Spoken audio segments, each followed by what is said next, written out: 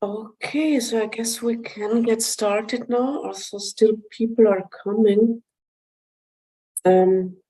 Maybe dear co-hosts, while I'm talking, could you keep the waiting room under observation in the sense of letting people in?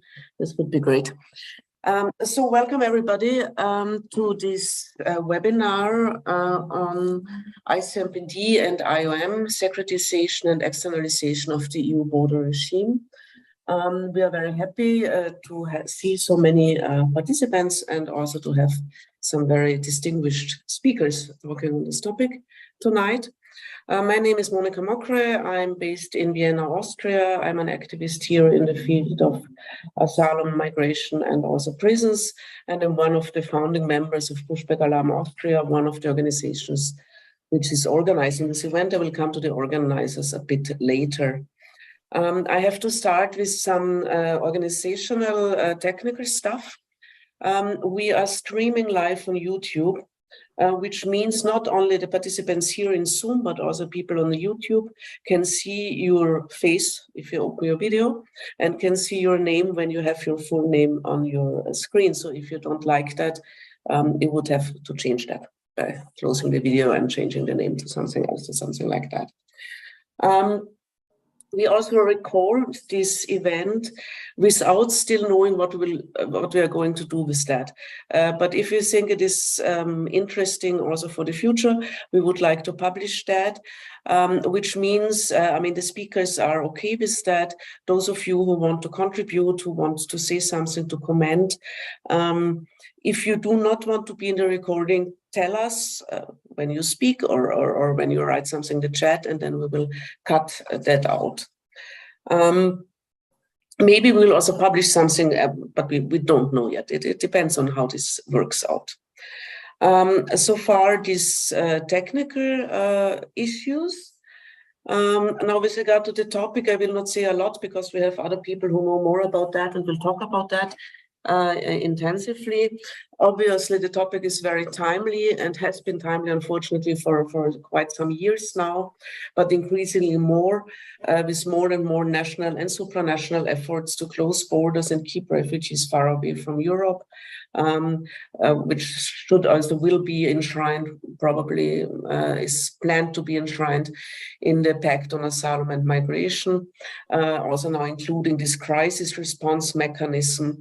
We have an increase in criminalization of rescue on sea and also elsewhere. So all these are issues that we are confronted with every day.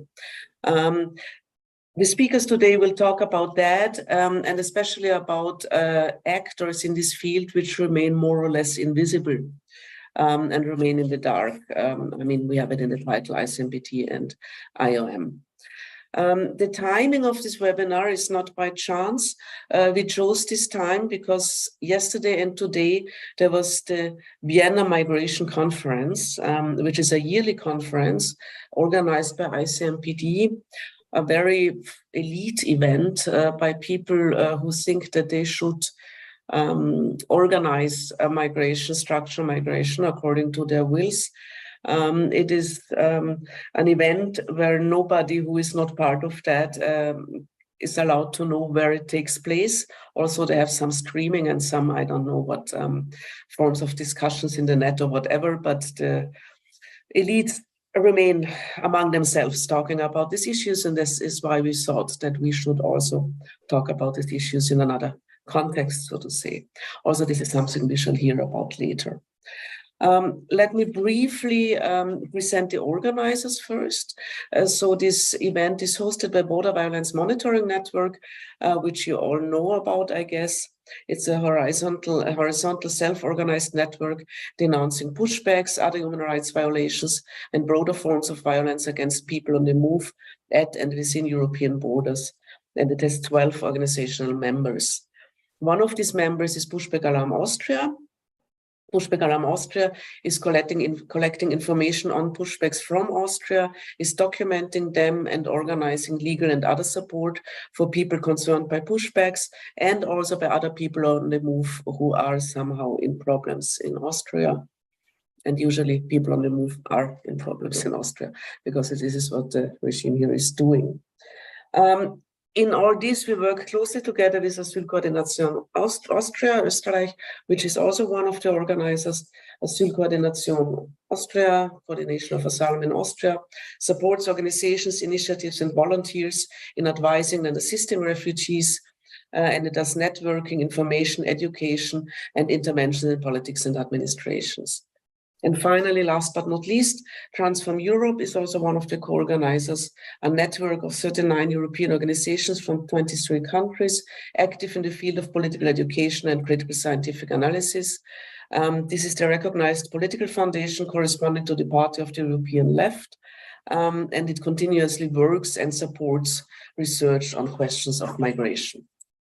I will, when I finished talking, put the links to these organizations in the chat so that you can follow up. I will also put into the chat this organizational stuff that I said before, because the chat can only be seen by those who were here when it was put into the chat. But I do not want to repeat myself. This would be a bit boring. And the links will then also be posted on YouTube by Ben. Thanks, Ben, for that. So what do we want to do now? We have 4 presentations. Each of them will be 10 to 15 minutes. As the speakers know, when it goes beyond 15 minutes, I will get nervous and will show that. So please try to keep the time. I'm a bit of an aggressive moderator, actually. In between these presentations, if you have questions of understanding, not contributions to discussion, but if anything is unclear, I would ask you to put your questions into the chat, and we can deal with that between the presentations. But the discussion we will have after all 4 presentations, with questions, comments, and whatever have you. You could either also put them in the chat or just raise your virtual hand and then ask them, say them. Yeah, so far I think this is all what we have to say for organization. So I would like to start then with the presentations. We have the first presentation by Maria, who will talk about border securitization and the border security industry, followed by Sofian on mainly ICMPD, Nijara on mainly IOM, and Claudia on the specific role of Austria. And I will present the speakers before the talk. So I start now with Maria, who I guess I could say a lot more about her, but she wanted to be presented as a researcher and activist in the field of migration and border studies. So this is how I present you. Maria, the floor is yours. Hi, everyone. Thanks for being here.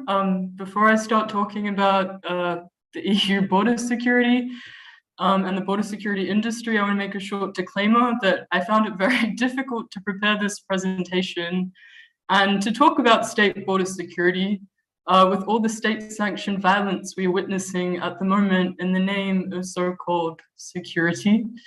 So before I go into talking about EU border securitization, I thought it would be good to first discuss what exactly is securitization. So securitization, as defined by the Copenhagen School of Security Studies, pertains to the social construction of existential threats giving rise to us versus them dynamics. It is concerned with how certain issues or threats are framed and presented in a way that justifies exceptional measures and policies to address them. Securitization framing is something that is necessary to manufacturing the consent for all wars, invasions, genocides, and it inscribes within it a need to protect oneself from the dangerous other. And the most alarming thing about securitization in itself is that the other can, in fact, be made up. And often it actually is this way. So border securitization is premised on the idea that migration poses an existential security threat to migrant-receiving countries, mainly Western core countries, and so it must be managed through exceptional measures which include ever-increasing investment in techno-militarized fortification of state borders. This process has led to a violent and unjust system of global border apartheid that has become naturalized and normalized in contemporary norms. Within the system, money and predominantly affluent individuals from Western countries enjoy the legal right to travel with more ease than ever before, while mobility is made illegal for the majority of the world's population, that is forced to contend with the brunt of the consequences stemming from compounding political, economic, environmental crises and wars.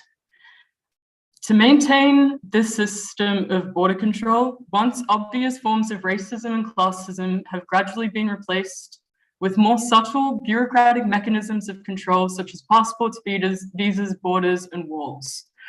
At its core, the system is based on the division of who is deserving for humanity, empathy, and so-called human rights, and who, in fact, is not. As such, border securitization works to maintain an exceptionally unjust and exceptionally violent status quo that we have been conditioned to see as both necessary and normal to the functioning of the system we live in. Before I delve further into EU border securitization, I first want to address the misconception that this is something that is new and began in 2014, 2015 with the long summer of migration into Europe. In fact, securitization is foundational to the formation of the EU. In 1992, when the EU introduced liberalization measures and enabled the free movement of people within its own internal borders, it simultaneously implemented heightened security measures at its external borders that came to be known by the concept of Fortress Europe. The decision to securitize external borders in the 90s was initially motivated by the perceived threats associated with the end of the Cold War, the collapse of the Soviet Union and Yugoslavia, and the stigmatization of migrants arriving from Eastern Europe as the dangerous other. Simultaneously, the temporary reduction in military budgets due to the end of the Cold War prompted arms companies to explore border securitization as a viable new avenue for expanding their business ventures. Over time, this has led to increasingly militarized approaches to managing the borders of Europe.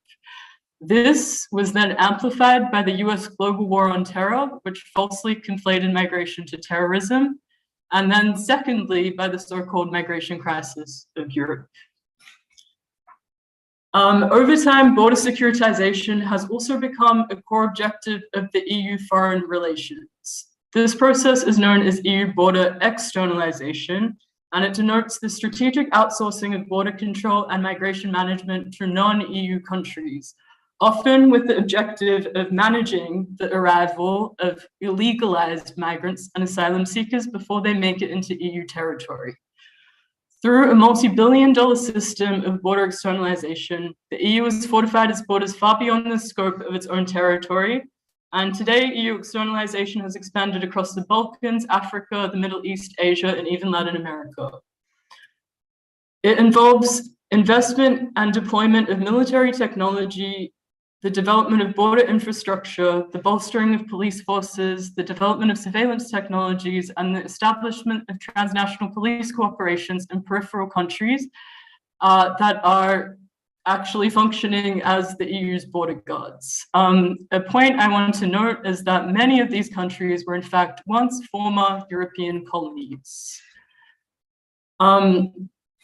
What I want to highlight is that while border externalization can be seen as an EU policy tool, it is not just a state-led policy, and there are a multiplicity of actors involved in both implementing and shaping these policies.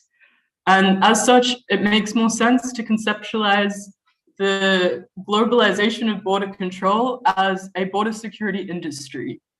The border security market is undergoing remarkable growth, with projections indicating an expansion between 7.2 and 8.6% annually worldwide. It is projected to be an industry valued between $65 and $68 billion by 2025. Within this, Europe stands out with an annual growth rate of 15%, particularly within the biometrics and artificial intelligence sectors. Within this expanding landscape, a diverse network of actors, including aid workers, security forces, researchers, journalists, private companies, participate and profit from the border externalization. Notably, European, American, Australian, and Israeli arms companies have emerged as significant beneficiaries of this growth. In fact, all major arms companies today have separate divisions for the deployment of border security, for the development of border security. So this is really ridiculous, but we are currently living in a system where the very same arms companies profiting from the indiscriminate mass murder of civilian populations and the destruction of entire nations are the same companies that end up profiting the most from the management of mobility through border securitization. So yes, while arms companies are the major beneficiaries, EU investment in externalization has led to the emergence of various organizations specializing in consultancy, training, and management of border security externalization. Like arms companies, organizations like the IOM and ICMPD have thrived due to the industry's growth and have played a significant role in shaping these policies. What is important to note is that these organizations are involved in the implementation of these policies on ground in third countries. So both of these organizations involved in training border guards, conducting deportations, establishing international police corporations, and buying surveillance technology and police equipment. However, what often goes unnoticed is that these same organizations also play a role in establishing a coherent and internationally accepted understanding, or as I prefer to call it, a regime of truth on migration through the production and dissemination of knowledge and information. And that is exactly what is happening at the ICMPD conference the last 2 days. In the pursuit of producing knowledge, these actors publish a wide range of reports. They produce statistics, they fund academic research on migration, they invest significant resources in PR campaigns, they define migration-related terms, they train journalists, they run media academies, and facilitate and attend informal dialogues for knowledge exchange with various actors from industry, state, and non-state sectors. The knowledge produced by these organizations overwhelmingly utilizes humanitarian language and humanitarian objectives to maintain and justify a violent and inhumane system of oppression. The last point I want to say about EU externalization regimes is that they are being financed through a range of so-called development assistance schemes, or what I think is better described as humanitarian imperialism. And so while these organizations and the EU uses language of development and human rights, what ends up happening is that these so-called development funds end up funneling back into various military and security companies and international organizations that are closely linked to the EU and Western bureaucracies. As such, there is no genuine transfer or development taking place, but it's rather a facade that empowers and enriches a select elite and maintains the violent status quo of the global apartheid system. Thanks. Was that very short? Thank you, Mania, for a very dense and condensed presentation, which also was precisely on time. I do not see any questions in the chat. Are there questions of understanding?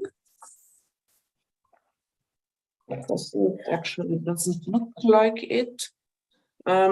So then we can directly go to the next presentation by Sofiane and Nasser. Actually, Sofiane Philippe Nasser, which I learned just now, seeing it. Sofiane is a journalist based in Tunis. He mostly reports on Egypt, Tunisia, Algeria, border regimes in EU, border externalization policies in North Africa.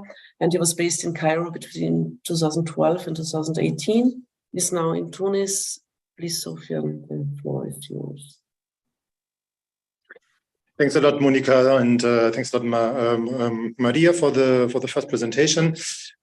Before starting talking about ICMPD and trying to wrap up a little bit what this organization is doing today and for what it's standing, and a few words about the Vienna Migration Conference, maybe also just a very clear comment to the beginning when it comes to this notion of migration and border management.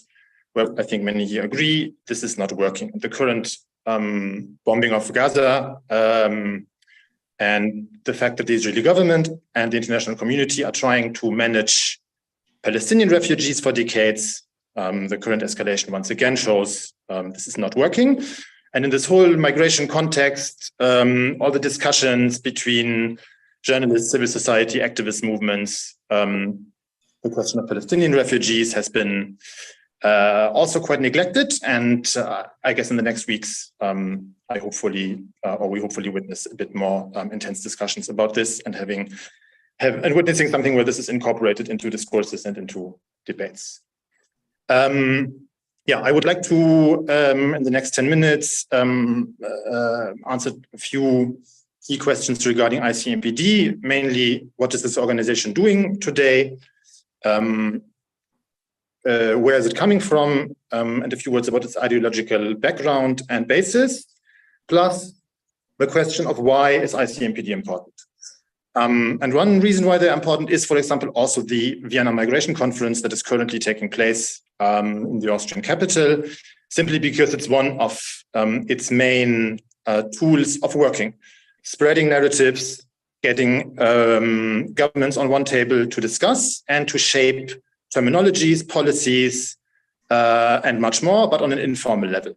So the Vienna Migration Conference itself has been described by ICMPD in its promotional material for the conference as the flagship event of the organization itself, which offers an indispensable opportunity to discuss unfolding geopolitical dynamics, quote. The conference wants to offer, quote, a trusted space for frank exchange where decision makers and practitioners discuss the latest developments and trends and outline their vision for the road ahead, on stage, in side talks, and through networking, which basically describes also what they're seriously doing through all of the major projects they are implementing for several decades. What they're also saying is, quote, the desire for safe and orderly migration is seen against policy frictions between managing borders and the imperative to protect people on the move. Interesting here also is the terminology. Again, I will mention something about this a little bit later. ICMPD is interesting also mainly because it's an indicator of what we're dealing with. The conference today and yesterday has a focus on labor migration. Last year's conference had a focus on climate change and climate migration, climate-related migration, which might be also interesting in terms of how to look ahead from a journalistic, academic, activist, and resistance perspective. Anyway, back to point one. What is ICMPD actually doing? The main projects they were doing in the first 20 years after its establishment in the early 90s was informal dialogue forums, meaning getting government officials on one table to discuss on migration-related matters, but in an informal setting. Basically, ICMPD as the secretariat of several large-scale projects like the Khartoum process, which is probably the most well-known of these dialogue forums. But also the Vienna Migration Conference is one of these opportunities to gather executives who give a few presentations and have talks behind closed doors. ICMPD has been doing consultancy projects, doing research, statistical research, promoting these ideas, fostering intergovernmental exchange. And since 2016, since the former Austrian Vice Chancellor Michael Spindelegger became the general director of ICMPD, the organization has been shifting towards things that have been done before, mostly by other organizations like IOM, mainly procurement and capacity building projects on the ground in so-called third countries. Today, ICMPD is involved in massive military and police securement projects in a lot of African countries and Asian countries, European countries as well, including Kosovo, Albania, Tunisia, Morocco, Ghana, Ivory Coast. They're working in Ethiopia with the African Union. They have been equipping customs and police authority in Lebanon, in Jordan, and Iraq, and they're working in Central African states. Basically, they have offices across the globe now. The latest trend is opening new offices across Africa. Who are they and where they're coming from? ICMPD has been established in the early 90s in a situation with a similar dynamic that we had in 2015, meaning there have been a rise in irregular migration towards Western Europe, and Western European governments were looking for ways to manage this, reduce the numbers, and basically use the economic and social and political downfall of several countries and a temporary rise of forced migration to push for a more restrictive general approach on dealing with migration. And one main driver for, at that time, Switzerland and Austria, both governments, to establish ICMPD as a temporary project was trying to sideline UNHCR.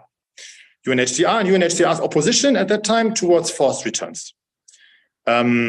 So since then, we've seen a gradual development in exactly this direction. Forced returns by plane, by sea, in every possible means imaginable, are being more and more normalized across European countries, across North African countries, and in the whole Mediterranean area. It's important, I think, to not forget where ICMPD's ideological background actually is, because we're not dealing with an organization that represents the radical far-right strata of society and of establishment across Western Europe. ICMPD's approach is pragmatic, which makes it, from my perspective, even more dangerous and much more difficult to tackle and to counter. ICMPD represents an idea of migration, that migration is, that it's possible to manage migration in a way that, in this case, the donor countries of projects that an organization like ICMPD is implementing are benefiting from migration, meaning filtering migration to a very crazy extent. ICMPD is promoting already for a long time to massively expand labor immigration towards Europe for strictly economic reasons, not for humanitarian reasons at all, but for strictly economic reasons, to tackle demographic developments in Europe and to make sure the industry has enough workers that are required to keep capital accumulation going. So the whole border regime, industry, and organizations like ICMPD with a very distinct ideological basis. Now I lost my red line because I can't read my things anymore. Anyway, yeah, so we're dealing, and also because of this nexus between restricting immigration towards Europe, and on the other hand, trying to expand the way how European governments and their agencies are actually recruiting labor from outside of the continent. Why is ICMPD important? ICMPD is important and quite interesting because it can kind of function as an early warning indicator of where we're going. ICMPD is publishing reports, they're publishing articles, they're organizing events, they're trying to set the course for the adoption of new narratives. ICMPD was one of the organizations who started, for example, using the term people on the move, a term coming from the left to counter this division maintained by UNHCR and organizations like IOM in dividing people, classifying people into migrants, economic migrants, refugees, asylum seekers, blah, blah, blah. Now ICMPD, but also the European Union, in a lot of documents in specific regions, for example, on the Horn of Africa, we're finding these kind of terms everywhere. So we're also seeing the soft power approach by organizations like ICMPD of basically disarming opposition towards this and taking over narratives.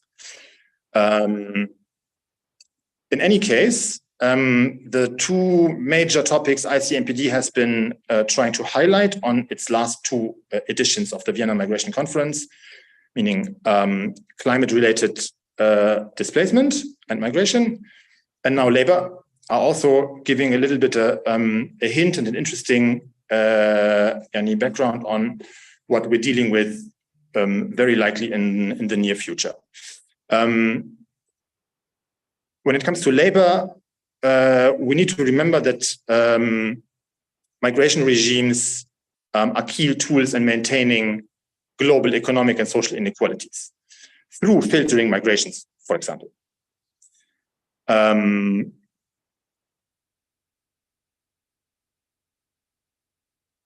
Yes, on the other hand, any migration remains very much linked to,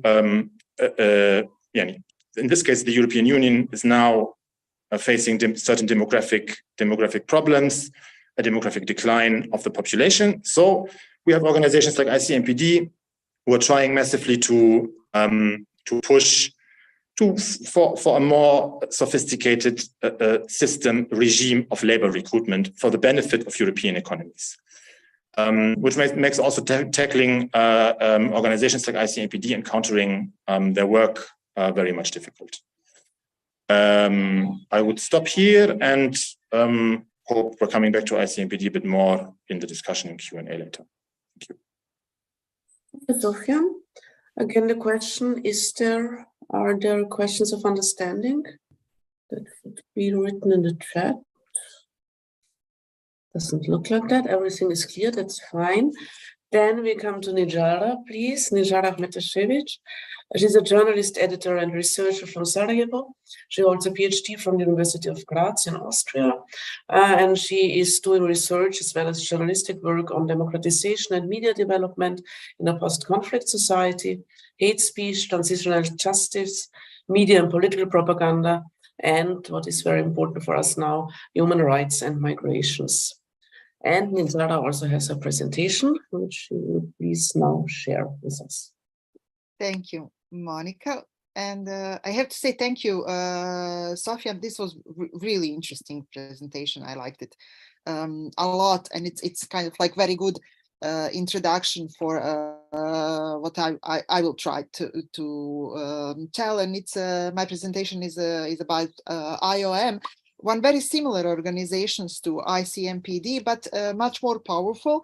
However, these two organizations are kind of like competing for donations and for their space and influence. But the difference from what I can see and analyze from the available documents and what is happening around us is that IOM is still working due to their nation and the organization more openly than ICMPD, even though ICMPD remains more kind of like secretive, even though IOM is doing many things that are not visible, and that is something that Manja, I, and two our friends discovered during a very long research investigation into the IOM.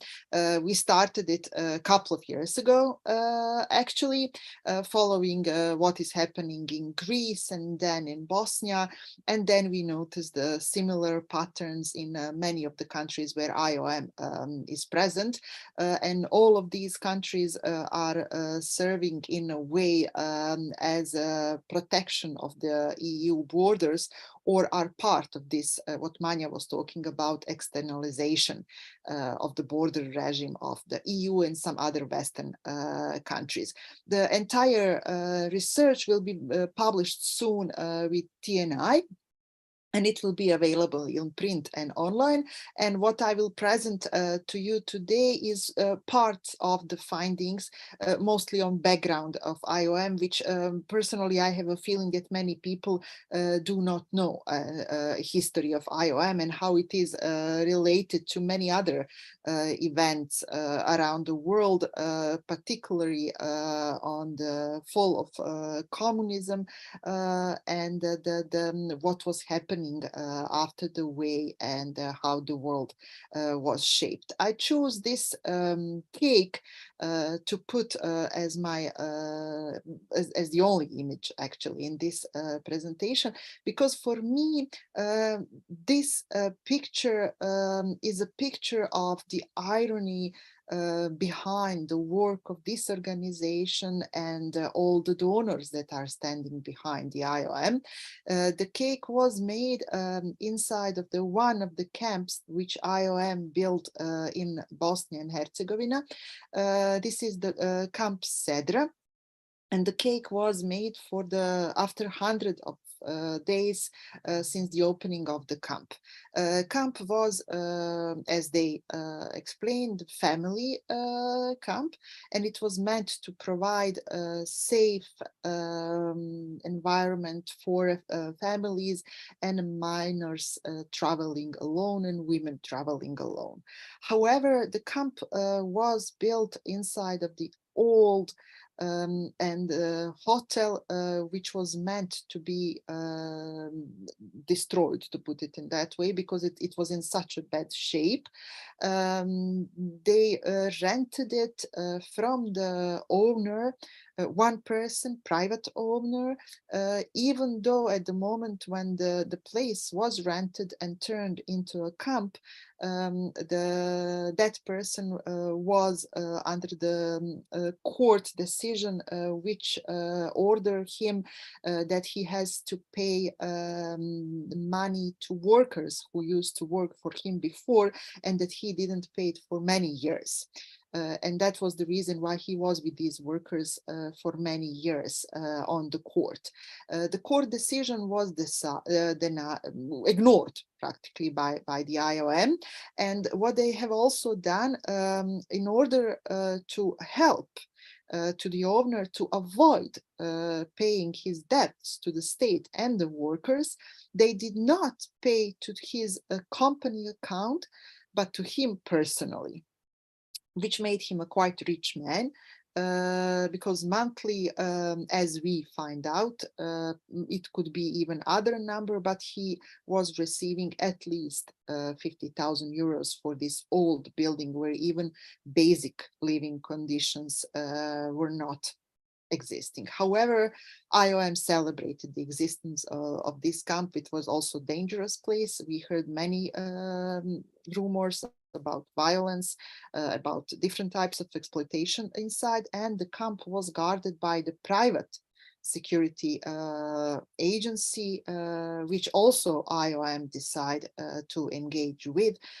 beside the fact that the owner of this agency was a person indicted for a murder in Bosnia and Herzegovina at the moment when the IOM decided to make a deal with him. However, what I find very interesting is to look into the history of IOM, which many people do not know. This is the history that goes back to 1951, when the Provisional Intergovernmental Committee for the Movement of Migrants from Europe was established in Brussels. It was established at the meeting between US and 18 Western nations. And the main purpose of this committee was to help relocation of refugees from the Second World War who were not able to go back to their home countries, but were transferred to some other countries, mostly US, and some of them to Israel. From the very moment this organization was perceived and was created as a political organization and was performing the duties that the countries that established it as a committee, intergovernmental committee, was giving to this organization. What is very interesting that all of the members at this initial stage were Western countries, and no communist country was allowed to be member, because the communist countries were considered as non-democratic and the countries that could not follow the rules and agreements that the other countries made. In 1952, this committee changed the name into Intergovernmental Committee for European Migration, and they continued working with that name, still working on relocations, but also some other task given by the countries that established it. However, in 1980, the name was finally changed into Intergovernmental Committee for Migration. So everything is very similar and not much is changing with all these changes. But in 1989, finally it receives the shape that we can see today, which is International Organization for Migration, IOM. However, with the changes, the constitution of organization was changing, which is not very clear until today, and the mandate was kind of like adjusting, even though even today the mandate of this organization is not clear, and we can see if we see all the different projects that they are involved in different countries. Like here in Bosnia, at the moment we can see IOM in projects related to youth, to elderly, to ecology, to migrants, to culture, to fashion, to anything, you name it, they're present. And of course, media is one of the big field for IOM to work with. Early 90s were very important for the development and for shaping IOM. They got involved in Gulf War in a way that they help assisting the movement, as they explain, of the migrant workers from Kuwait during what was happening in the war. However, even though these people were running away from war, they were not considered refugees but migrants, and IOM control their movement. That was the moment also when IOM was turned into the agency that can react in emergency situation. In a way that they do not have to ask a lot, but they will just be sent and do what they agreed to do with the donors or the parties who ask them to intervene in this emergency situation. Soon the war in Yugoslavia started, the dissolution of Yugoslavia, and IOM was again in our countries, especially in Bosnia and Herzegovina, where IOM got involved with medical evacuations of people. And they were in Bosnia, their headquarters back then was in Sarajevo Central Hospital. However, after the war, they stayed in the region and they continued being involved in different projects. But what was not that seen by the public is the IOM role in shaping the legislation in relations to different security and migration related issue. In 2000, the EU started cooperating much more actively with IOM, and at the same time IOM started more often using the term migration management. I will not read now because it's always kind of like hard to follow somebody when read, but for those who are interested, you can read in my in the slide what is migration management, actually how IOM defines it. This is the definition that they put on their website. Over the years, from 19 member countries until today, IOM grew, and today they have over 170 member states. They have more than 400 field offices, more than 40,000 people working for them in different countries, and more importantly, their budgets are rising every single year. And these numbers that you can see here are, according to my opinion and us who participated in this research, quite big for the organization that started in the way that I just have explained to you. What was also interesting and what is very important in the history of this organization, then today, very often everybody refers to IOM as the UN Migration Agency. Actually, what we found during this research, it is not. It is a UN-related agency. However, this related agency, as many of you can guess, even when you just hear and you don't need academics or big research or anything to conclude, it means nothing. We quote in our work several times, and also I left to Monica, and we can share a very interesting article by Professor Guy Goodman-Gill, who writes a lot about IOM and in general about migrations.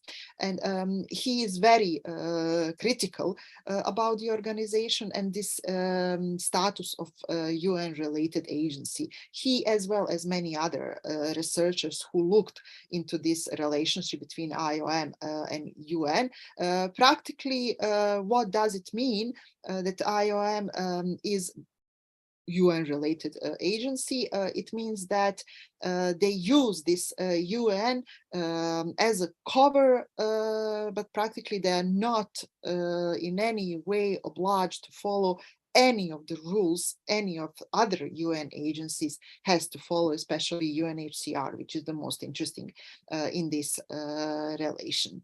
I will still not read, but you can find more in slides in this presentation. What is very interesting that EU closely cooperate with the IOM for decades, and this cooperation became even more visible and more important since 2015, of course, when IOM practically became the leading organization when it comes to migration management and the externalization of the border regime. IOM is present everywhere in North Africa, it's present in the Middle East, and the presence of the organization and what they are doing in the Balkans is what is the focus of our research. But what we found out is that the way how they work in all of these countries is very similar, almost the same, and practically it's a one model which is copied from country to another country with the only purpose to stop migrations. However, now after 70 years, IOM is very proud to say that for the first time in their history, they elected women for the director, which also tells you quite a lot about the organization. So it's for 7 decades, they waited for a woman to let some woman have something to say about. Until now, it was mostly a men club. But this woman is a woman who is business oriented, and the first meeting that she made as the head of the IOM was with the group of business people, and she promised that in the future IOM will get involved with the private sector. They are already very much involved with the private sector, but from now on it will be much more. Nevertheless, in the Balkans, as I said, the model is very similar to the model in some other countries that are bordering EU. In the Balkans, as well as other countries where IOM is present, their budget is rising every year. Number of staff is growing also, and what is very specific is their role in Bosnia and Herzegovina, a country which is semi-protectorate, where IOM is practically having everything which is related to migration management. I'm using the term they are using under their protectorate, and they are financed and directed how to do that by EU and other partners and donors, and all of them are coming from the West. So I will stop here, and I'm more than open for any questions. Thank you, Nizara. Are there no immediate questions of understanding? If this is not the case, we will have the last but not least presentation, and then we have time for discussion. This presentation will be by Claudia Wieser, who is a PhD candidate at the University of Vienna. In her work, she focuses on the historical entanglements of liberation movements, with a special focus on Palestine, as well as on war, conflict, and migration studies. She is a founding member of Pushback Alarm Austria, and she works at Dokustelle Austria, a documentation and counseling center on Islamophobia and anti-Muslim racism. Claudia, please. Thank you, Monica, and thanks to all the participants and all the speakers. It's always great to be in your presence and to have these joint events. And I want to speak as an activist engaged in anti-racist struggles here in Vienna today, and also, of course, as a representative Pushback Alarm Austria.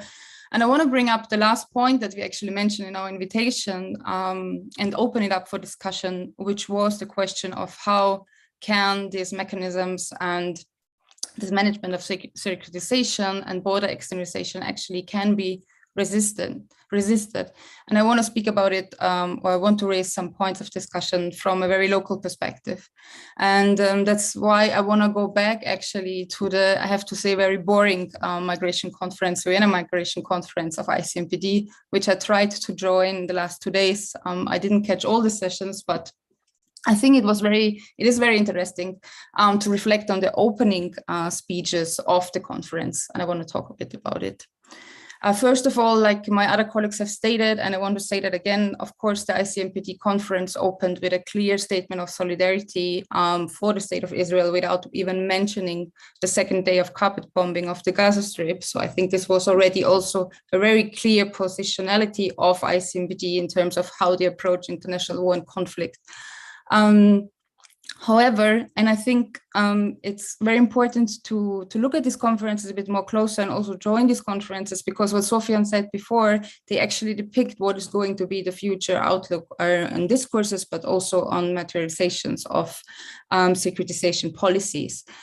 And of course, we had Michael Spindelecker, the head and director of ICMPD, who is closely connected to the conservative/right, I would call them right already, Austrian People's Party. And the Austrian People's Party, specifically here in Austria, have been key players on holding the Foreign and Interior Ministry since the late 90s. So I think it's very important to place Michael Spindelecker, although he's the director of an international organization, as one of the main players of the Austrian conservative right in the country. So I think the opening speech of Spindelecker was very interesting, because he wanted to make a joke in the beginning, and he tried to say, I want to just inform the speakers that we will be watched during our conference, so please be aware what you're saying. Of course, he referred to the live stream, but I think he also referred to the increasing media presence of the organization's involvement in different crimes against people on the move in the last years, and specifically in Austria in the last month. And here, of course, Sofian has been doing a great study on the foundational principles of ICMPD, and also other colleagues that will be found later in the chat. But I think in Austria specifically, I want to mention 2 events. This was first a court case that was, or a lawsuit that was issued by ICMPD against a human rights organization called SOS Balkanroute. And I'm sure many of you have been aware of the fact that the ICMPD basically accused SOS Balkanroute to damaging their reputation, because they called one camp in Bosnia-Herzegovina, Lipa, which ICMPD has been building a prison, Guantanamo-like prison. Therefore, a lawsuit was issued, which was lost by ICMPD. But I think it's really interesting, because for us activists in Vienna, it was a big event, not only because the media has been really, reporting about it and has been investigating also the history of ICMPD, but also it gave insights and I was attending that court case, of also how the rivalry between ICMPD and IOM, specifically in Bosnia-Herzegovina, and maybe Nijada can talk more about it later on, also for this kind of projects, like, who is applying to get this kind of projects, like building like this prison unit within this camp. And I think so for us, engaging in lawsuits and really, challenging these big organizations, which SOS Balkanroute did, is really also a great space to find out more, but also to get more media presence. We had another investigative team of researchers that basically brought up many more articles in German media like Frag den Staat or Magazine Royal, which also investigated ICMPD's involvement in border management and securitization. And I think also in Austria, it had a huge presence in the media. So I think one of the main tools we have is to continue investigative reporting, investigative research, and really understand, and this is what Manja has been mentioning at the beginning, that it's also a regime of truth and that knowledge production is actually also weaponized by these institutions, and that we have to do much more in kind of countering these narratives, I think. And also these media narratives help us also to reach out to activists, to organizations, and to NGOs that do not really know what ICMPD or IOM are involved with. And therefore we can, much stronger ask also for a boycott in kind of having joint projects with this organization. Actually, in the beginning, when the conference program was circulated in Vienna, we found out that a smaller organization that supports refugees in Austria was involved in the ICMPD's program, and we effectively managed to get them out and get them to refrain from it. So I think these are small steps that can be done. The second speaker, or the second opening speech of the Vienna Migration Conference, was given by Susanne Raab. Susanne Raab is the Minister of Women and Family Affairs, Integration and Media.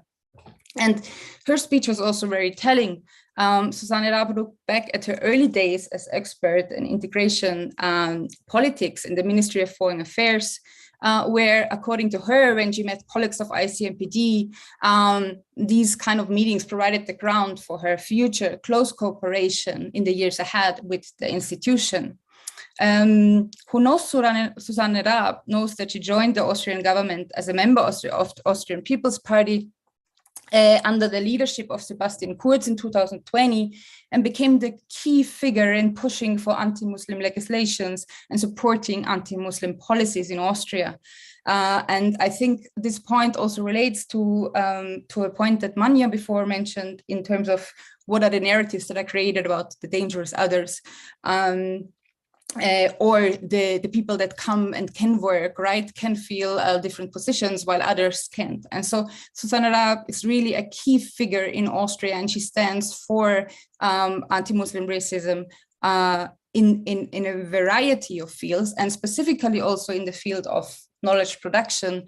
Here I just want to mention that she initiated the documentation center Political Islam, which is really fueling hatred against the Muslim population in Austria for 2 years now. And I think it's very important to connect these figures and these speakers on this conference and what ICMPD is actually aligning with when we talk about who is invited and who gets these floors and who can informally meet and discuss, right? What is also interesting about Susanne Raab, and that's my last point about her, but I really want to mention it, that if we talk about securitization, Susanne Raab was also, and this documentation center, Political Islam, was also behind one of the biggest operations against Muslim community members, security operations, in 2 years ago. And with more investigations about this so-called Operation Luxor, it became very clear that there have been very strong connections to the Egyptian intelligence service that were actually, arguing with the Austrians in like how their operations should, whom the operation should be targeting. So I think whenever we talk about these spaces and these cooperations, these discussions also with different other regimes like the Egyptian regime, of course, there is also something that the states want from Austria for then engage in other kind of bargainings around the question of migration. And I think for us as activists, the question of anti-Muslim racism, how we address this, but also other forms of racism and xenophobia also have to be engaged much more in discussions when we discuss the intervention of organizations like ICMPD, IOM, and others. And I think the last point I want to make, or the last speaker that I want to refer to at the opening speech, was the president of Migration Management, Ministry of Interior of Turkey, who proudly talked about the securitization of the border zones in northern Syria and how Turkey will basically secure these zones to send back much more Syrian refugees from Turkey, but also to provide a space for deportations. And I think it is very telling that at a time where we have, like, the region has been seeing, you know, like natural catastrophes, like the biggest earthquake that we saw for many, many years, or the continuous war in Syria and the region. I mean, I'm not even talking about the human rights violations and pushbacks that Turkey is involved in on its border zones. I think it's also telling that Attila Torres was invited to basically open the conference. And in Vienna specifically, we see that there has been more mobilization against deportations starting now, specifically to countries where we have not been seeing deportations happening. At the moment, this is Iraq, Morocco, but also other countries. And I think this is also something I want to end my input with in terms of ICMPD, and these networks it is involved in are also heavily advocating for informal meetings or official meetings with different governments to push for return agreements. And we are seeing this on a much more frequent base now. And yeah, I think it's a very important point that I also gained from watching these opening speeches today. Yeah, this is a question I just want to also raise for all of us to discuss in how, you know, we can basically intervene in these networks and corporations. Thank you, Claudia, for your presentation and also for doing the masochistic thing of listening to this conference. This is courageous. Yeah. We have now time for discussion, actually ample time, which is great because all our speakers were very disciplined with regards to time, to keeping in time.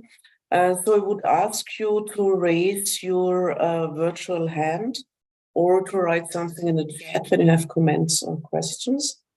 And as said before, as we record and will maybe publish this recording, so if you do not want your comment or question or whatever to be published, then please say that. Yeah, and I know that the first question is always the most difficult one, but still I would like to give you like a bit of time to ask it. Because otherwise I'm quite sure that the speakers can talk between them and I have questions, but actually it would be nicer to include more people.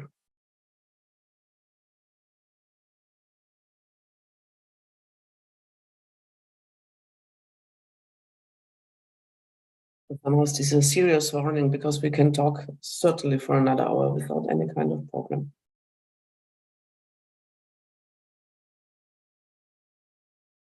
Okay, then I try a warm up. I mean, I have several bigger questions, but one rather concrete one actually to Sofian, because when you said that ICMPD tries to encourage or further labor migration to Europe, are they successful in this? Because I don't really see that, but maybe I have a very limited Austrian perspective. I rather see exclusion on every part of migration.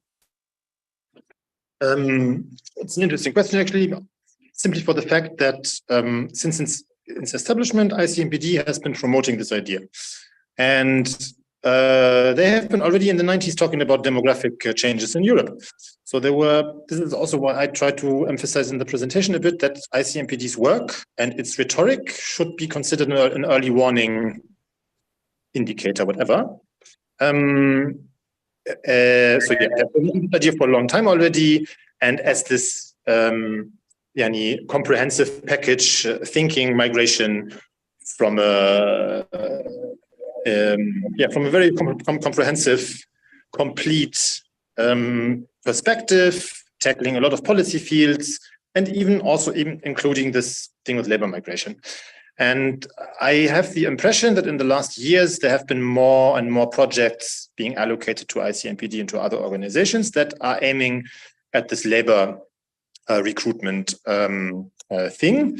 However, many of these projects are not yet really working out. Like they're trying to use governmental development aid agencies like the German GIZ or the Italian Cooperazione Italiano, but also Institut Français, no.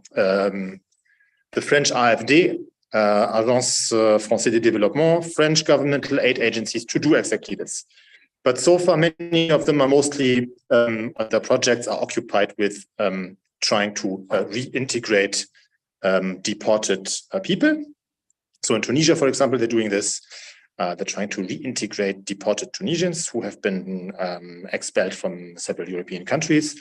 And many of these projects today serve more as a propaganda tool for the domestic political scene. So the German government, for example, has been promoting several projects of returning people and creating jobs in these countries, plus then attracting people from Tunisia, for example, to fill labor gaps. But because the requirements are so heavy, also in terms of language and payments of fees, of language courses, etc., those projects have yet to completely start off, I think. So there is a bit of a movement regarding this. So far, we really had a situation that European governments were mainly contracting or like from the stuff that ICMPD is presenting as possible fields of engagement. They have been massively expanding since 2016 any kind of border management project, any kind of procurement project when it comes to equipping police, customs, or even intelligence and military agencies with equipment, vehicles, radar equipment, and so on. But I have the feeling that now, as the demographic situation is massively changing, and we already saw a massive decline in the population in several Eastern European countries, meaning this reserve army of workers, of low-skilled workers within Europe itself is empty. They need to expand these kind of schemes. And I see that this is gradually happening, but we're still in the beginning of this. So it did not yet take off. Yes, thank you, Sofian. Because this is also what I feel, that the national requirements become higher and higher for labor migration. So we have now two people who want to say something. The first one is Usman, please, and then there's one in the chat. Hi, my question is for Sofian. At the beginning, you mentioned how the ICMPD came into being, but you didn't elaborate on this relationship between them and the UNHCR, or how it was grounded to give a challenge to UNHCR, you said. Could you elaborate a little bit more on that, and why particularly Austria, and you mentioned Switzerland, why these two countries, and yeah, this would be interesting to know more about. Thank you. Should I reply directly, or we collect questions? Directly, I think. Sorry. Yeah, no, go ahead, Sofian. Okay.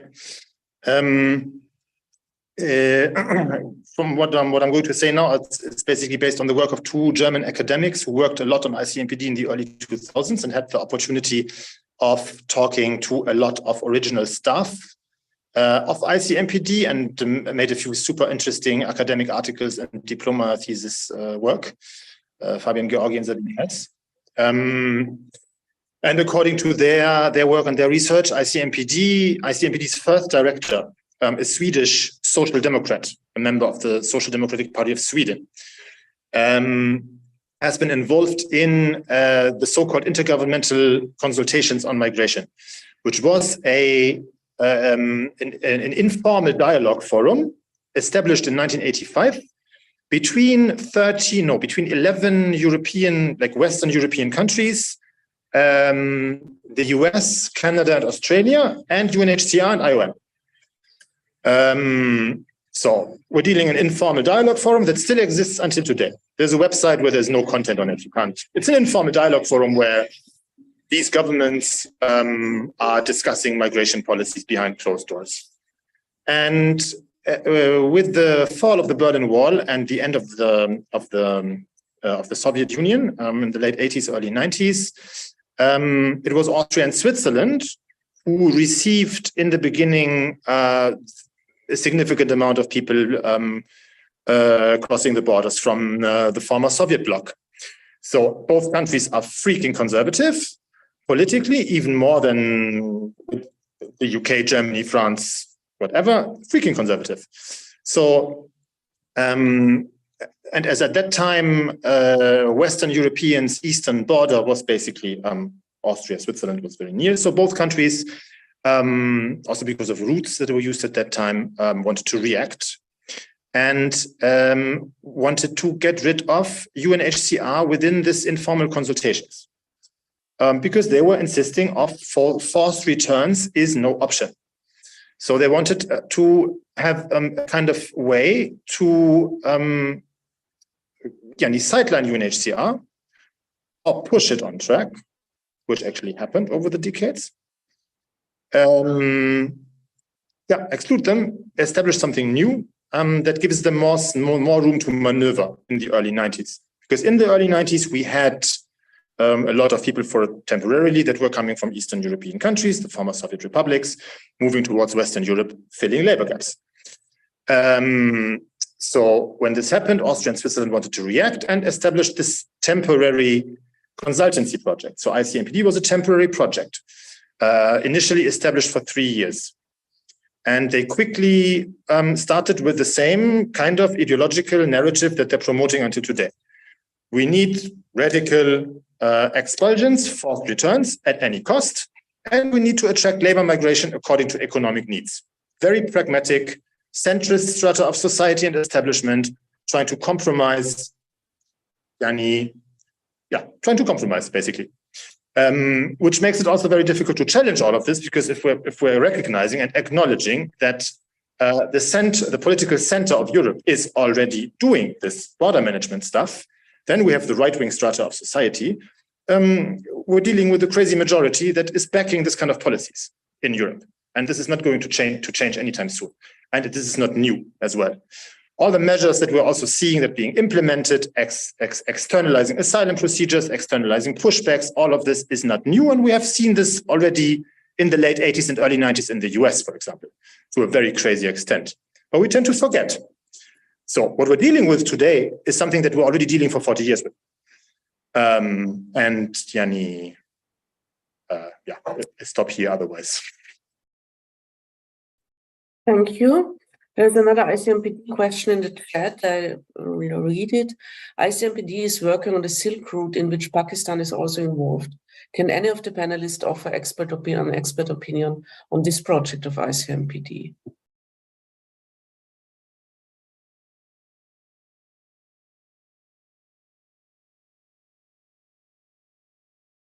I can try, and Sofian can help me. I was involved in this research done by several journalists in Europe about the ICMPD. We looked more into Libya and the Balkans.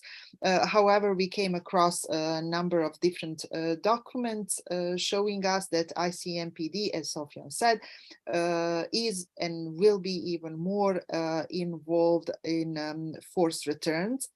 One of the countries where ICMPD is assisting and EU are assisting with the forced returns and is Bosnia and Herzegovina, which was kind of like made to signed agreement with Pakistan about the forced return of people who are registered to pass through Bosnia-Herzegovina and who are returned or directly from Bosnia or who are through readmission agreements practically pushed back, even though it's not called pushed back anymore, but now there is a this legal pathway, which is a readmission agreement from one to another EU country, back to the Balkans, and then to Pakistan. At the same time, Pakistan is doing forced returns of people, and we can see that now in media,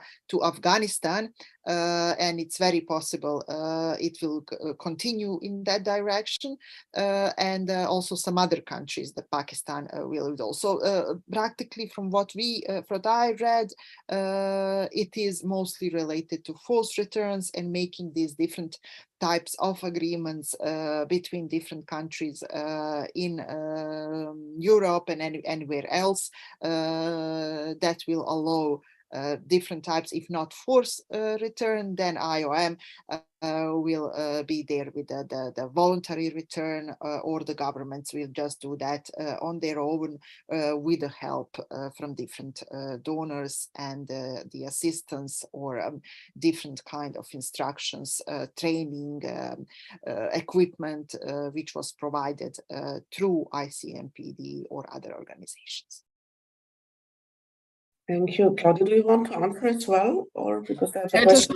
just want to follow up on what Nijada Okay. said. I think it's really important also to mention that, I mean, platforms like ICMPD, but also the Vienna-based joint coordination platform, for example, are really trying to push on multiple fronts. Because what I saw recently, I tried to check on ICMPD's involvement in projects on return to Afghanistan. And so the Austrians basically put several projects on hold due to the developments and the takeover by the Taliban. But then again, the other option is that we outsource people to different other countries where there are, you know, deportation or return agreements with, like Pakistan. So, and very close to the countries of origin, so to say.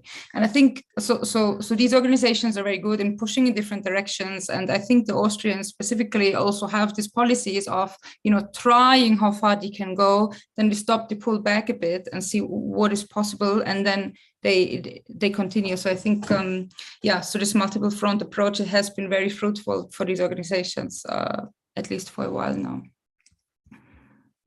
Thank you, Claudia. Another question in the chat. How is the relation between IOM and ICMPD? Do they cooperate ad hoc or regularly, systematically? Are they competitors for funding, etc.? I will try, but I guess Sofian has also something to add here, or Manja. What we can see is that they compete for fundings. At the same time, it is possible, like when you observe the situation in the field, to notice that they do cooperate, even though not in a public way. However, and Claudia was talking about this camp in Bosnia. The camp was built by the EU. This construction of this place was led by the IOM. And then ICMPD was given money by the European Commission to add this detention unit inside of the IOM camp. IOM kind of like said that they were not part of this, but also it is happening inside of the territory they control, the camp. So it's very interesting how they do not cooperate or actually cooperate. They do the same things. And I really, based on the research I have done, I really think that cooperation is there, but in a very in a level that is hard to talk about or to find more evidence, even though at the same time they have also to compete for the money. So it's very, very, very strange, but their mandates, which are not very clear, allows to both organizations to do something which is not very visible for the public, so even to cooperate if needed. Maria? Maria, will you? Yes, sorry. Just on this point, I think that's why we have to understand this as a border security industry. And it's not just IOM and ICMPD that compete, but also Frontex competes for funds. all three organizations do very similar things on ground. They're all involved in deportations. They're involved in providing resources and technologies for border control in third countries, so in externalization. And I think maybe the best way to highlight this is I spoke to an EU official about, do you know, like, how do you organize projects with IOM? Like, do they come to you with projects or do you come to them? And the same for ICMPD.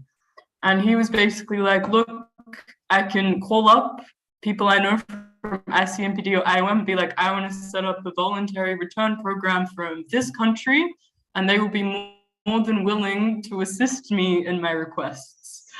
At the same time, the Balkans is an interesting area to look at border externalization because these are all aspiring EU countries. And so so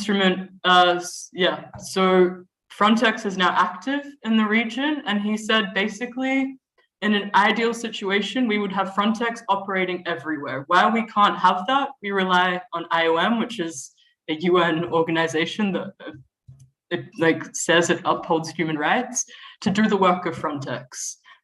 So yeah, in Croatia, for example, that is now an EU member state, IOM was also really active, but now Frontex is there. IOM's not really so present or not receiving funds to bolster their police forces. Whereas in the countries that are aspiring for membership, IOM is present because IOM has access as a UN-related agency to work in all these countries.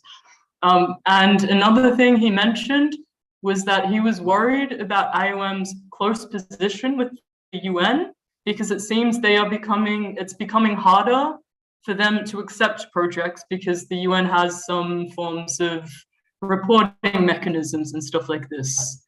So in that respect, they are competing, they're doing very similar things, but the industry is large enough, so in certain situations, I think there is also cooperation, as Najada was saying, which is hard to understand. Maybe just very shortly, but yes, there is this competition part. There's also the complementary part. So both have still a little bit of a different work focus. IOM still functions more as a first responder to crisis, while IOM is more the other way around. IOM is more the first responder, being there quickly in refugee crisis and migration crisis, displacement crisis, with first aid and data collection and all of that. And they have the infrastructure and the sheer amount of offices they have is just crazy. So they can just move much quicker. While ICMPD more works on this informal policy level and like preparing long-term things through country cooperation agreements. And for example, like they started in 2020 building 2 police schools, interagency police schools in Tunisia that are supposed to be places to train police, customs, Coast Guard officials from Tunisia and later probably Libya and Algeria.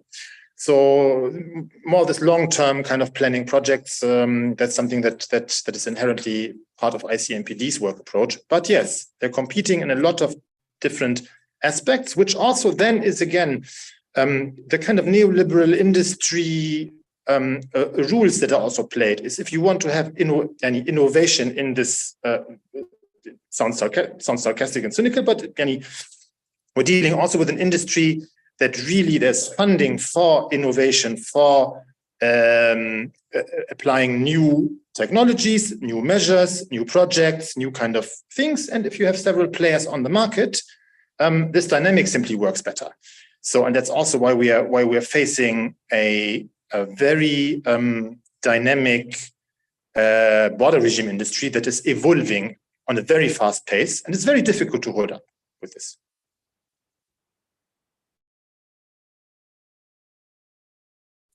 Yeah, thank you, Sophie, and thank you all.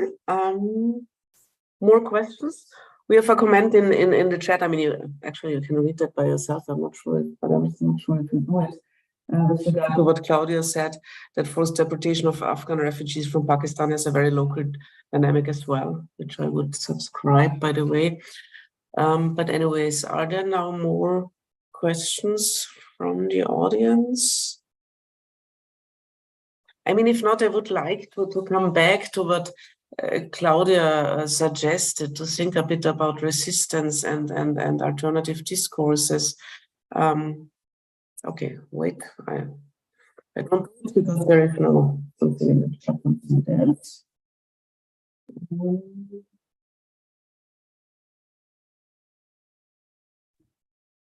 So, first question, what does the people think about EU Home and Justice Minister meeting focusing on migration and asylum? Let's see the rest.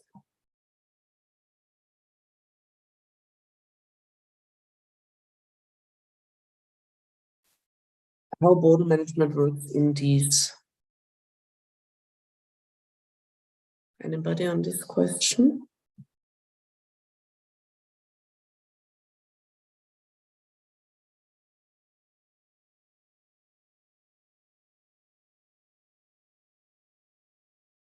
Nobody wants to talk about the EU? Just no. Come on.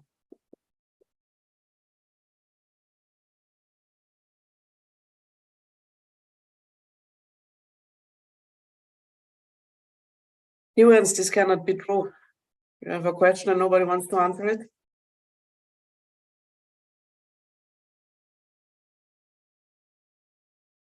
But I can start.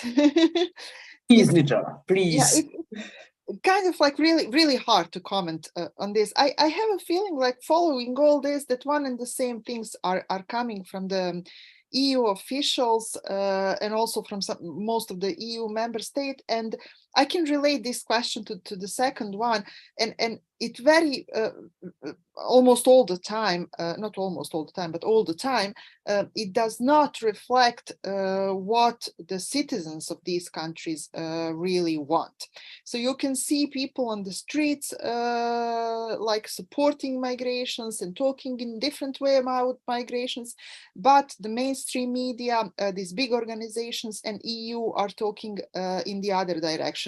Of course, what they are talking is more restrictions, more management of migration, and giving more donations toward the organizations that are working in this field, which is IOM, Frontex, and most probably ICMPD, even though ICMPD is not present publicly in any of these discussions, and EU officials very rarely will mention the ICMPD in their public talks.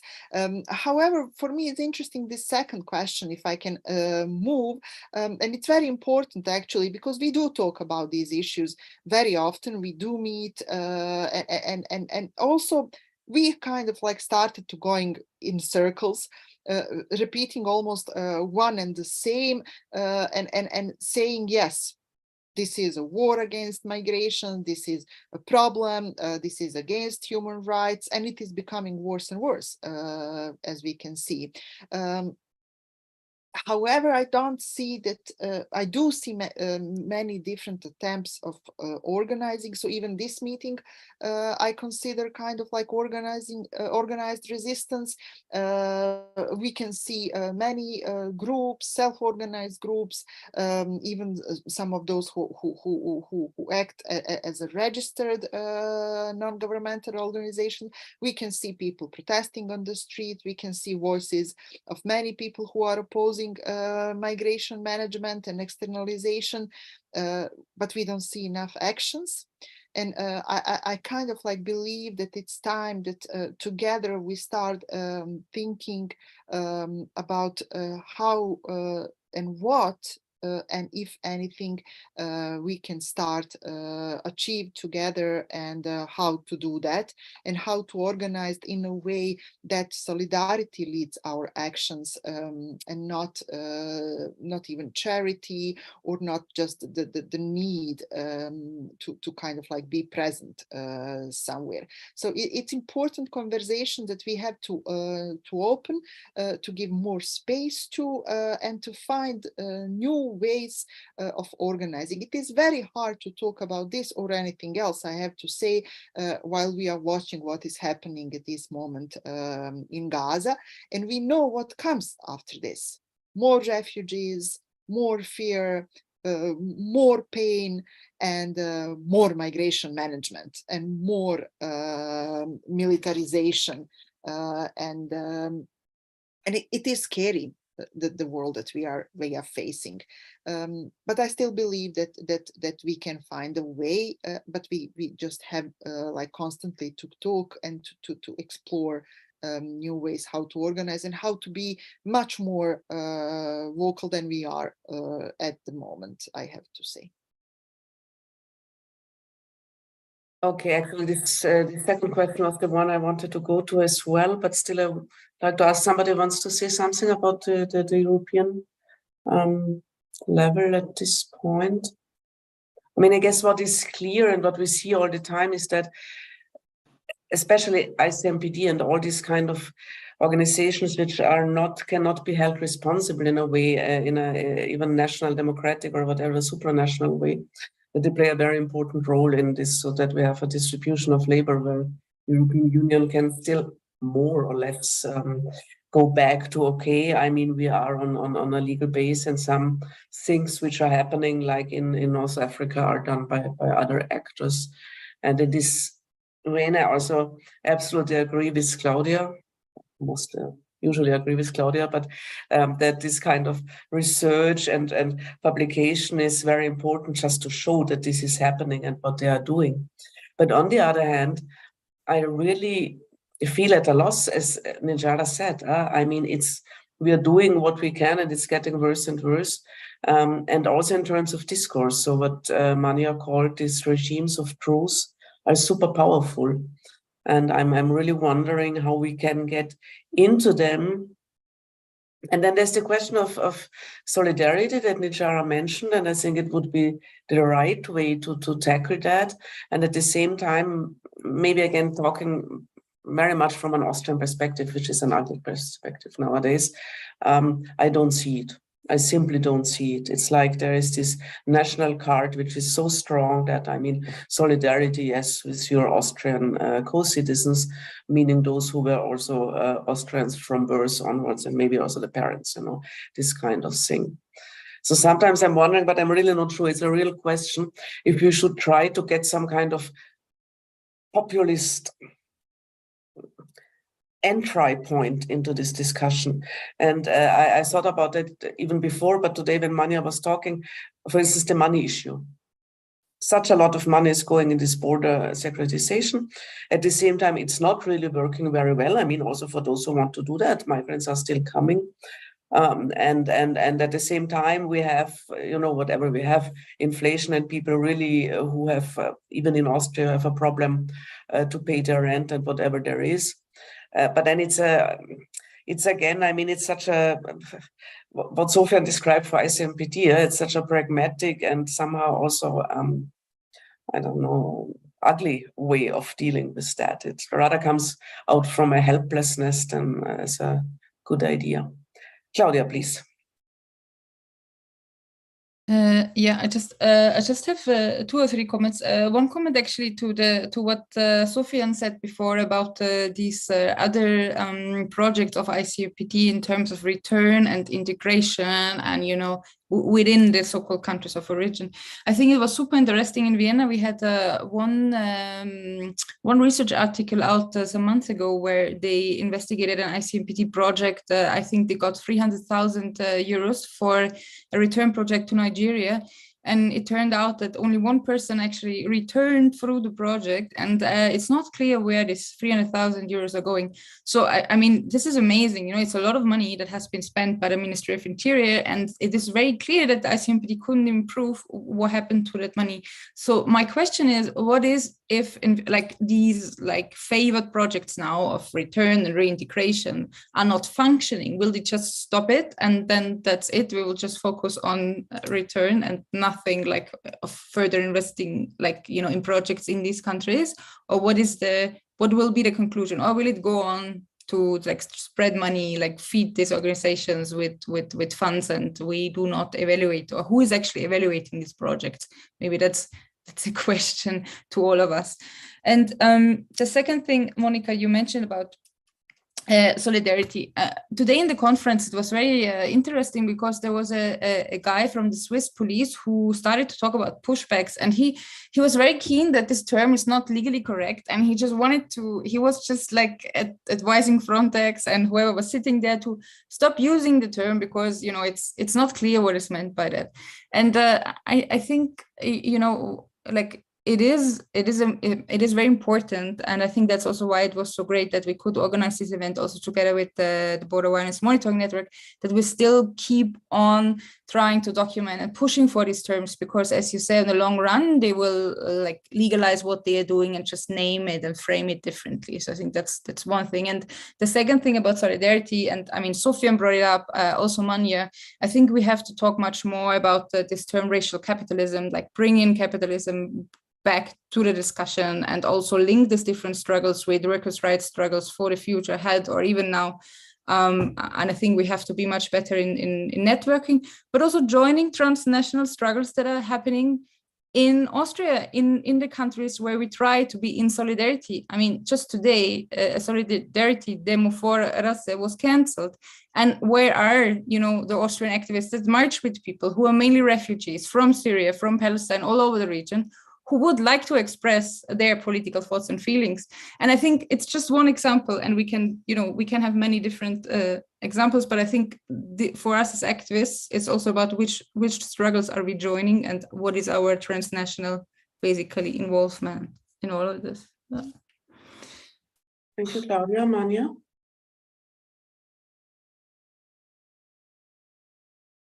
Yes, muted, Manya. Hi, sorry.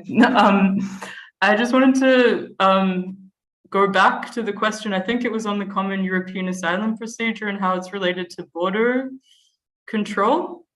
Was that, am I correct in saying that, or am I missing the question? It is a special part of that, but go ahead. Yeah, I just want to say that, like, the direction the EU is going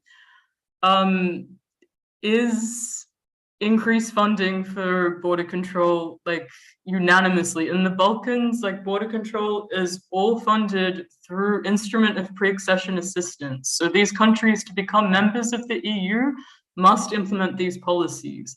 There have been 3 rounds of funding, and in the next funding, this funding for border securitization specifically and deportation is increased by 60%.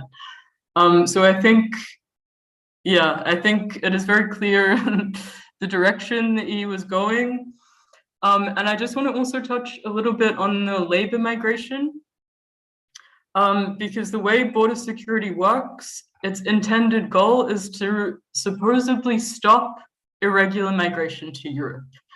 But this fails on all accounts because people still keep arriving. And so I think we also have to question, also in, like, how do we resist this? Is that actually the policy of the EU?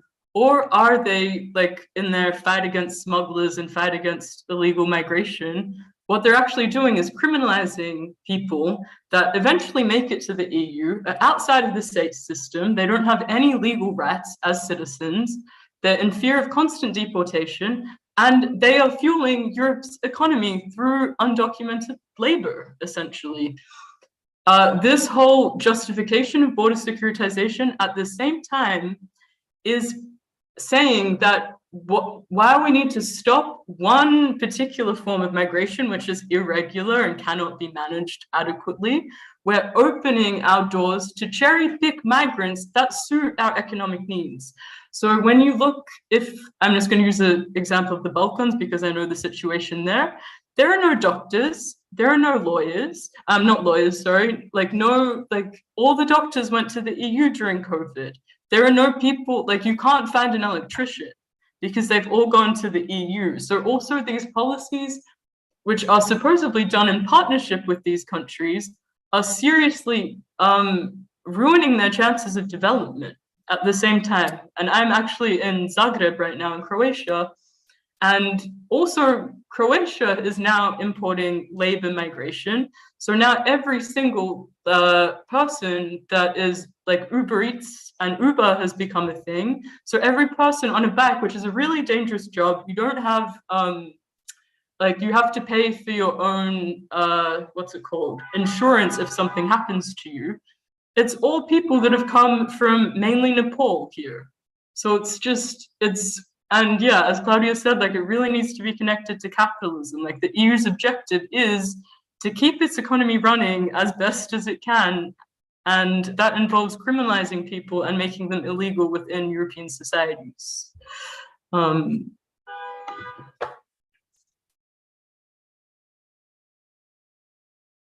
Thank you, Maria. I mean, I absolutely agree with that. And Sofian mentioned the term that a reserve army of workers, and this is a very specific reserve army, obviously, people who have no rights at all, who can be hyper exploited all the time, where it is not even the question if they can, like, if they have enough to eat or something like that. You can do whatever you want with these people. So this certainly plays a role. I'm not quite sure how big this role is, because I mean, many of them manage to survive somehow in the European Union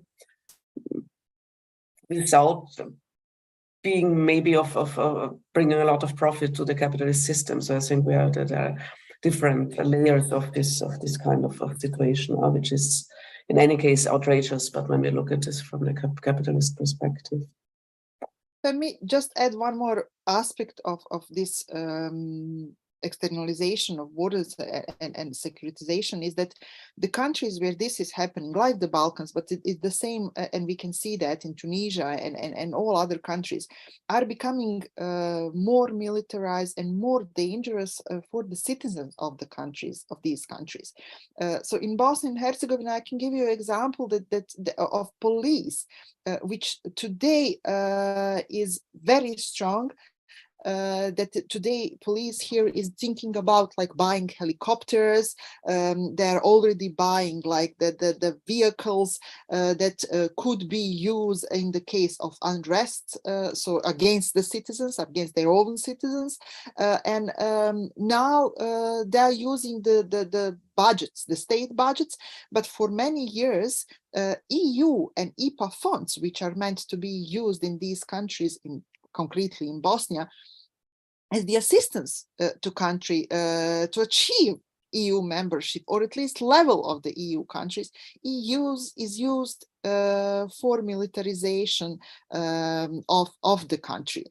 So it's becoming, you know, at the same time in Bosnia at the moment, and it's the same situation in Serbia or Montenegro and North Macedonia, probably in Albania and other countries in the region, is that we have more police officers for 100,000 citizens than some EU countries. And it is constantly a problem in all reports about human rights. Even European Commission is saying that we have too much police in these countries, but they are at the same time financing police agencies to be stronger and like today, everybody wants to be a police officer here because they see that they will get the salary, that they will get equipment, that they will work, that they will do whatever they want after they all. So like the example is that at the same time, you have the government like it is in Serbia, which is highly militarized, which is dangerous for its own citizens, and the neighborhood, which EU is doing nothing to prevent what is happening there. We have like really huge decline of human rights in Bosnia and Herzegovina, where new laws are being introduced, which are restrictive for freedom of the speech, which are restrictive for any kind of like a citizen activism. And it is becoming quite scary to be here in the region. And at the same time, the region is very poor. Food is here more expensive than in Europe. Like average salaries are much lower than in Europe, and we have the tensions that are constantly kind of like encouraged by the EU, like the tensions between Serbia and Kosovo. EU is doing nothing. Like the tensions inside of Bosnia, which EU is doing nothing but playing the game. And promising something that is not possible to be delivered. So at the same time, people are leaving. It's not only doctors. We have nothing. These countries are empty. Like a couple of days ago, I read a story about city of Drvar in Bosnia, where there is nothing anymore. No more schools. The hospital is like falling apart, and I mean, it doesn't work. There are no people. There is nobody. But we have to also like look around that people are, I mean, at the same time are being pushed back and like prevented, migration managed. So it's a very serious situation that I don't think we do enough, and we can do enough, or that people are aware enough of what is happening on this level. Yeah, thank you, Nijara. I mean, I think this is a valid point. I mean, in a less dramatic way, but also for EU countries that obviously, I mean, these border controls are also not nice for people living here, especially at the border, who were very happy at the point where I said this border is no longer such a hard border, and now it's coming, that they are also under control. And I mean, things like what Claudia mentioned, that a demonstration has been forbidden today.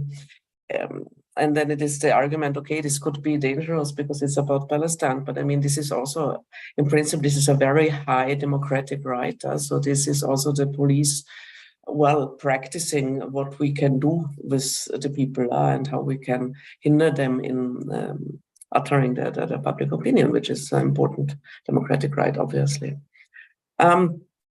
I guess we should come to an end. I will obviously give the speakers the possibility, if they want to have some final whatever statement. We will follow up on that. We will have to follow up on that, as the problem will not go away. We will probably send an email to the people who registered for this event in order to stay connected. Just one. If you tell us then you never want again an email, you will never again get an email from us. And we would invite you also to visit the websites of the organizations who organize that, especially BVMN, who is the main host, and to follow up the work that we are doing. And yeah, we will see where we go from here. And as was said now several times, I mean, it's certainly very important to strategize and to develop our possibilities of resistance in spite of the very dire situation. Good, but this was enough, if not too much from my side. I ask you now, I mean, as you were speaking, if you want to say something for the end, at the end of this event. Manja, I start with you. Yep. Yeah, I think one point of what Najara said is that, and what I tried to mention in the presentation, is that EU externalization is being done through development assistance funding. And actually, within the context of the Balkans, most of this funding is now being directed to border security. I'll give you an example from Skopje in Macedonia.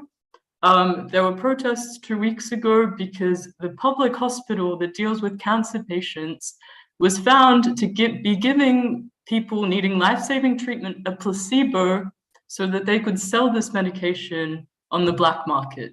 Like, this is a state of like catastrophe these countries are in.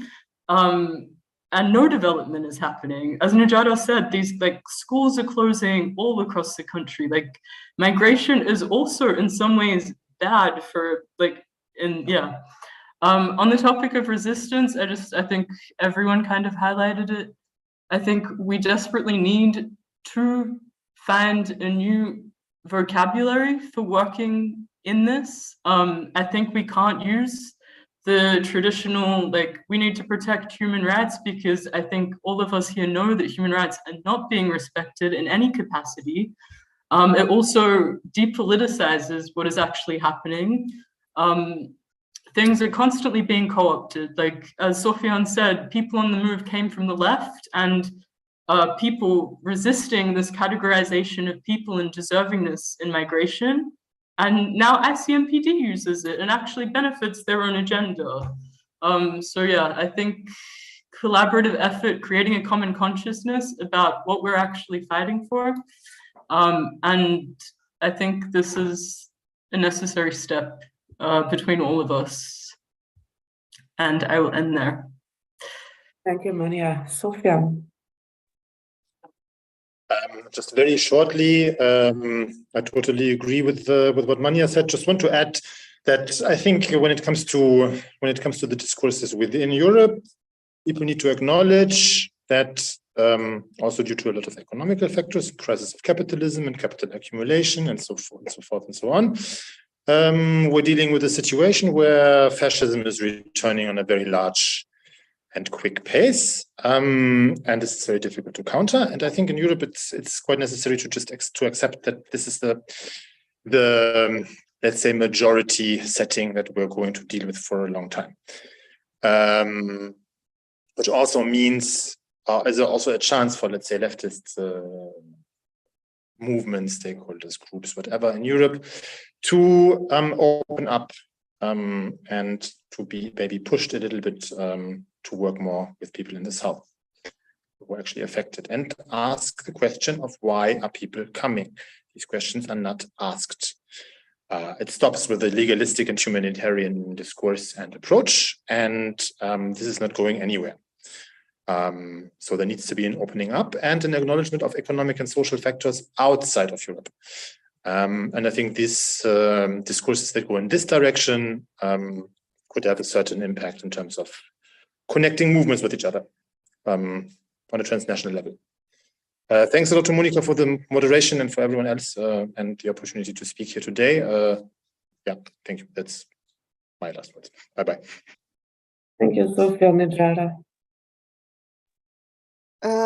It's hard to add something, and of course I would love to repeat the same, but I mean I will try to just briefly to kind of like invite us all to join this movement, the migrants who at this moment I think are the only people who still dare to imagine a better world, who still dare to dream. I have sometimes a feeling that all of us, we stopped imagining a different world, we stopped dreaming about better world, and what we really need, and that they are the only ones, and they are brave enough to fight for that dream and for that better world that they dream about. And what we can do is only to join them and to dream together. After all, it's one of our basic rights to dream. Thank you.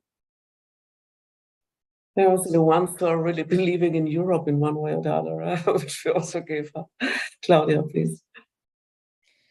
I actually have nothing to add. I just want to highlight, I guess, again, what Sofian said, that we are on the brink of facing fascism returning already, being, placed within Europe. And I think we need to be also much harsher in also the terms we're using. I mean, if we are speaking about labor migration, I think we, in Austria specifically, we had calls from different, right-wing factions to again, enshrine forced labor of refugees and migrants coming to Austria. I think different other concepts of getting people here to work can be called slavery-like. So I think we really need to also step up with the terms we're using, and again, as all of us said, become more radical in our actions, but also, yes, Nejada, you're right.